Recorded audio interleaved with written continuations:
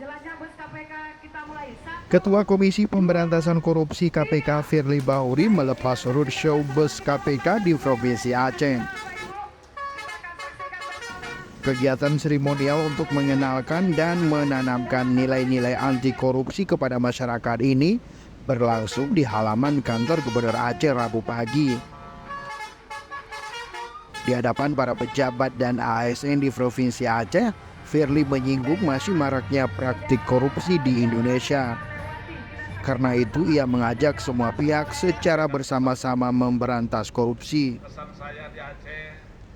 Ketua KPK juga mengingatkan para ASN agar tidak mempersulit pelayanan publik.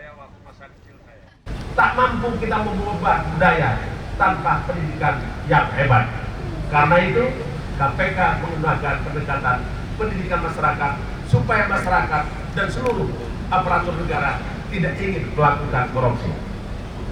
Yang kedua, dengan cara pencegahan, melakukan perbaikan sistem.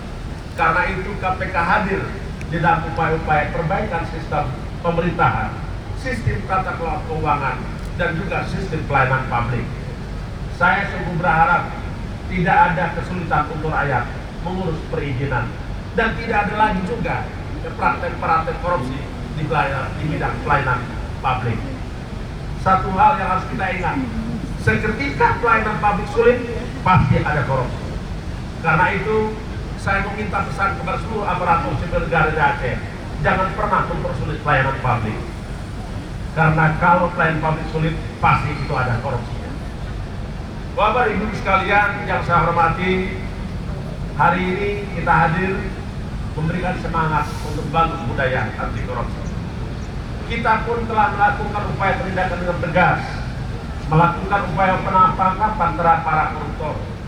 Tidak ada ruang bagi koruptor untuk mengembangkan dirinya, memperkaya dirinya, memperkaya orang lain. Roadshow bus KPK dilakukan berbarengan dengan Road to Hari Anti Korupsi Sedunia atau HAKORDIA tahun 2003 di Provinsi Aceh. Sebelum singgah di Aceh, bus KPK juga telah terlebih dahulu singgah di beberapa kota lain seperti Bengkulu, Jambi, Riau, Sumatera Barat, dan Sumatera Utara. Tim Liputan Aceh Video.